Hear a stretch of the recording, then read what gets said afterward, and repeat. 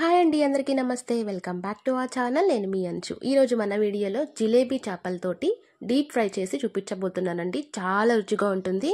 ఎందుకంటే ఈ చేపల్లో ఒక్క ముల్లే ఉంటుంది కాబట్టి తినడానికి కూడా చాలా ఈజీగా ఉంటుంది. పిల్లలు కూడా ఇష్టంగా తినేస్తారు. మరి లేట్ చేయకుండా చాలా సింపుల్గా ఎలా ప్రిపేర్ చేసుకోవాలో ప్రాసెస్ చూసేద్దాం.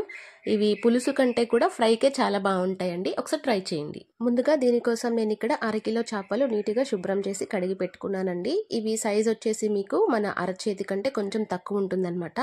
ఇందులోకి 1 టేబుల్ స్పూన్ వరకు శనగపిండి వేసుకోవాలి. రుచికి సరిపడా ఉప్పు, అలాగే 2 టేబుల్ స్పూన్ల వరకు కారం వేసుకోండి. అలాగే 1 టేబుల్ స్పూన్ వరకు గరం మసాలా లేదా ధనియాల పొడి వేసుకోండి. చిటికెడు అల్లం వెల్లుల్లి పేస్ట్ కూడా వేసుకొని ఉప్పు కారాలు ముక్కలకి బాగా రుద్ది మసాజ్ చేసి పట్టించాలి. ఇలా అన్నట్టు ఇవి పులుసు కంటే కూడా చేపలు ఫ్రై చేసుకుంటేనే చాలా రుచిగా ఉంటాయండి. పులుసు మనకి అంత టేస్టీగా ఉండదన్నమాట. ఇలా మసాలా పట్టించిన వాటిని అరగంట పాటు పక్కన పెట్టుకోవాలి. ఇప్పుడు డీప్ ఫ్రైకి సరిపడా ఆయిల్ వేసుకొని కాస్త వేడెక్కిన తర్వాత ఒక్కొక్కటిగా ఇందులో వేసుకుని 2 వైపులా చక్కగా దోరగా ఫ్రై చేసుకోవడమేనండి. అసలు చాలా బాగుంటాయండి. నోట్లో అలా పెట్టుకుంటే కరిగిపోతాయి అన్నమాట. అంత టేస్టీగా ఉంటాయి. ఇంకా ముళ్ళు కూడా ఉండవు కాబట్టి అసలు ఒకటికి 2-3 అలా తినేస్తూ ఉంటాం అనమాట. అంత బాగుంటాయి. అలాగే రసంలోకి, పప్పుచారులోకి, పప్పులోకి ఈ చేపలు ఫ్రై చేసుకొని తిన్నారంటే చాలా బాగుంటుందండి.